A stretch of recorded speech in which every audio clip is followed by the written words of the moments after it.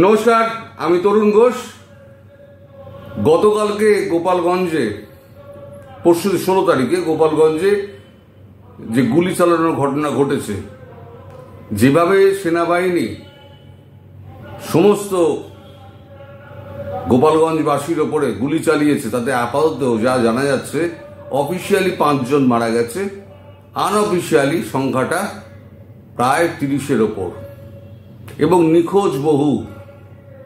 এরাই যারা শেখ হাসিনার বিরুদ্ধে গুমের অভিযোগ তুলত, গুলি চালানোর অভিযোগ তুলত, তারাই আজকে সেই অভিযোগেই বিদ্ধ।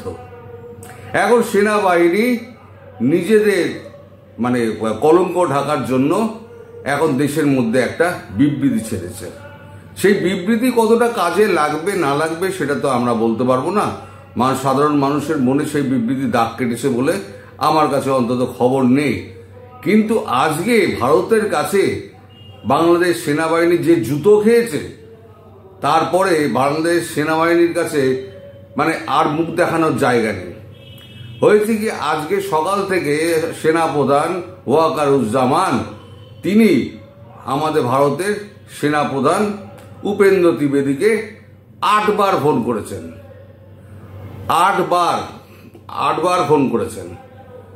ফোন করার পরেতে উনি ফোন ধরেননি, এবং তার যে সহায়ক আছে সেই সহায়ককে বলে দেওয়া হয় যে 8 বারের পর এবার যদি বাংলাদেশ সেনাবাহিনীর পক্ষ থেকে কোনো রকম ফোন আসে সেই কলকে অ্যাটেন্ড করবেন না।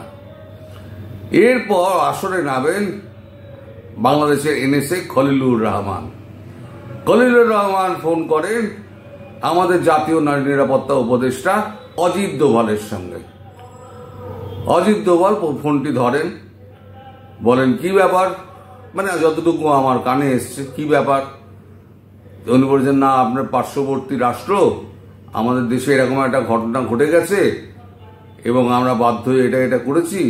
তখন অজিত দোভাল বলছে, এইসব ঘটনা আমায় বলছেন কেন? তখন না, আপনারা পার্শ্ববর্তী রাষ্ট্র, আমাদের বন্ধু রাষ্ট্র, আপনাদেরকে জানিয়ে রাখাটা উচিত। তখন অজিত দোভাল বলেছেন, পার্শ্ববর্তী রাষ্ট্র এটা তো আপনাদের অন্তর্দেশীয় ব্যাপার, আমাদের জানাবার তো কিছু নেই, এটা আপনাদের আইন শৃঙ্খলা ব্যাপার, আপনারা করবেন। তবে না, আমরা তো বন্ধু রাষ্ট্র, একে অপরের স্বার্থ মেনে রেখে চলি, তাই আপনাদের জানানো আমাদের কর্তব্য বলে মনে হয়েছে, তাই আপনাদের এটা জানিয়ে আমাদের অবস্থান পরিষ্কার করতে চাই। তখন অজিত দোভাল বলেন যে আপনারা যদি ভারতকে বন্ধু রাষ্ট্র বলেই ধরেন, তাহলে পরে বন্ধু রাষ্ট্র হিসেবে ভারতবর্ষ যে অনুরোধগুলো করেছে, একটা অনুরোধ আপনারা রেখেছেন। আপনারা খুন, জখম, রাহাজানি, ডাকাতি বন্ধ করার কোনো চেষ্টা করেছেন। আপনারা হিন্দু এবং সংখ্যালঘু যারা আছে তাদের উপর অত্যাচার বন্ধ করার চেষ্টা করেছেন, কোনোটাই আপনারা করেননি। ভারতবর্ষের বুকে আপনাদের বাংলাদেশি সমস্ত সন্ত্রাসবাদী পাঠিয়ে মণিপুর এবং আমাদের মায়ানমার সীমান্ত আমাদের অচল অবস্থার সৃষ্টি করে দিয়েছিলেন। এটা কিন্তু আমাদের কাছে প্রমাণ আছে, ইলেকট্রনিক এভিডেন্স আছে এবং ফিজিক্যাল এভিডেন্স আছে। তা সেগুলো নিয়ে আমরা কাজ করছি। পরবর্তীকালে এর কাজকর্ম কিভাবে হবে না হবে সেটা সরকার ঠিক করবে, আমি বলার কেউ নই। কিন্তু আপনারা কখনো বলতে পারবেন না যে ভারতবর্ষ আপনাদের প্রতিবেশী এবং বন্ধু রাষ্ট্র। এক সময় ছিল, যখন শেখ হাসিনা যখন সরকারে ছিলেন, তখন কিন্তু ভারতবর্ষ বাংলাদেশের প্রতিবেশী রাষ্ট্র ছিল এবং বন্ধু রাষ্ট্র ছিল।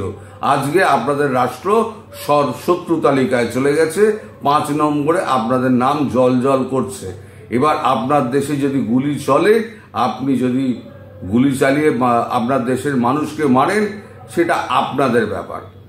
আর আপনাদের সেনাবাহিনী তারাই তো বলেছিল না গত বছর 4-5 আগস্ট 2024-এর, যে আমরা নিরীহ ছাত্র জনতার উপরে গুলি চালাবো না।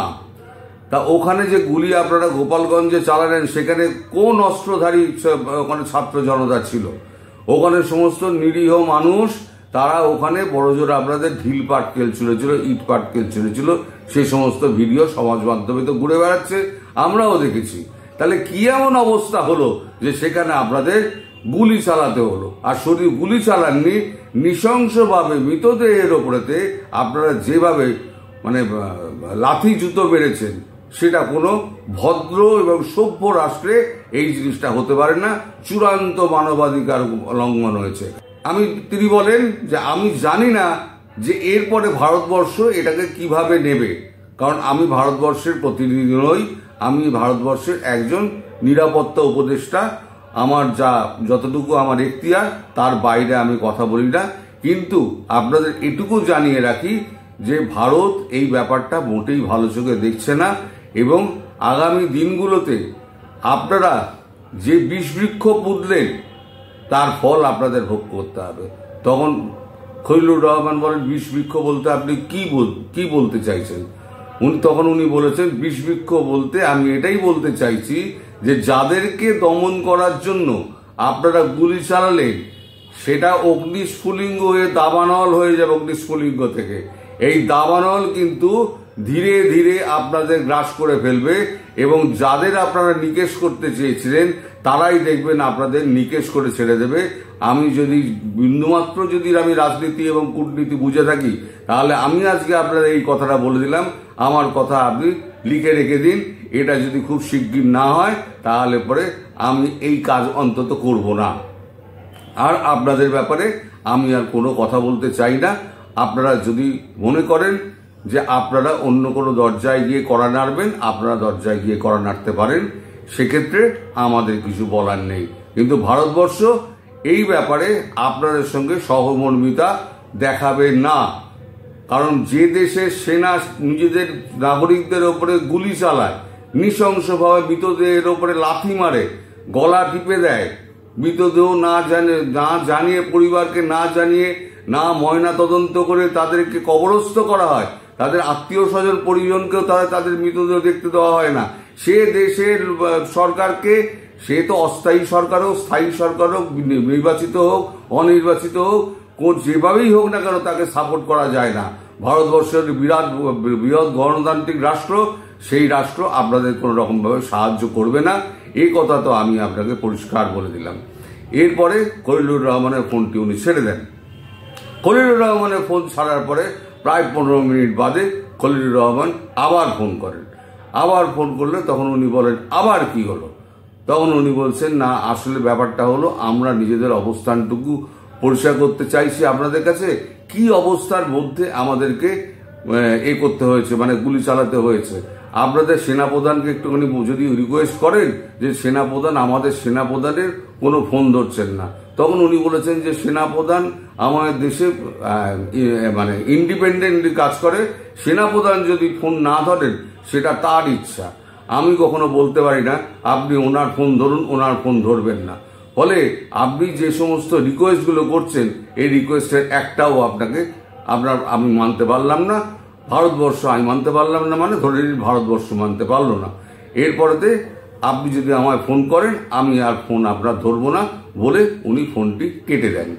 তাহলে এই যে জুতোটা বাংলাদেশ খেলো, গাল বাড়িয়ে জুতোটা খেলো, এর ফলে কিন্তু বাংলাদেশের সম্মান আন্তর্জাতিকভাবে তো গেছিল, এইবারে মানে ভারতবর্ষের এটা তাকে কিন্তু একেবারে মানে তার বিশ্বাসযোগ্যতা, বাংলাদেশের ইউনুস সরকারের বিশ্বাসযোগ্যতা একেবারে তলানিতে ঠেলে দিল। একই তো নড়বড়ের সরকার, তার উপরে এই যে যা সমস্ত ঘটনা ইউনুস ঘটাচ্ছে, সেটা কিন্তু ইউনুস কিন্তু মানে আগুনে ঘি ঢালছেন। এই আগুনে কিন্তু এনএসসি যেটা বলেছেন অজিত দোভাল, এই আগুনে কিন্তু ইউনুস কিন্তু পুড়ে মরবেন। এখন সেটা শুধু সময়ের অপেক্ষা। আপনারা ইউনুস যদি মনে করে থাকেন এইভাবে দাবিয়ে রাখা যাবে, তাহলে এইভাবে দাবিয়ে রাখা যায় না। কোনো দিন কোনো জনগণকে কখনো দাবিয়ে রাখা যায় না। শাসন যন্ত্র দিয়ে কখনো সরকার চালানো যায় না। সরকার চলে জনগণের সমর্থন নিয়ে।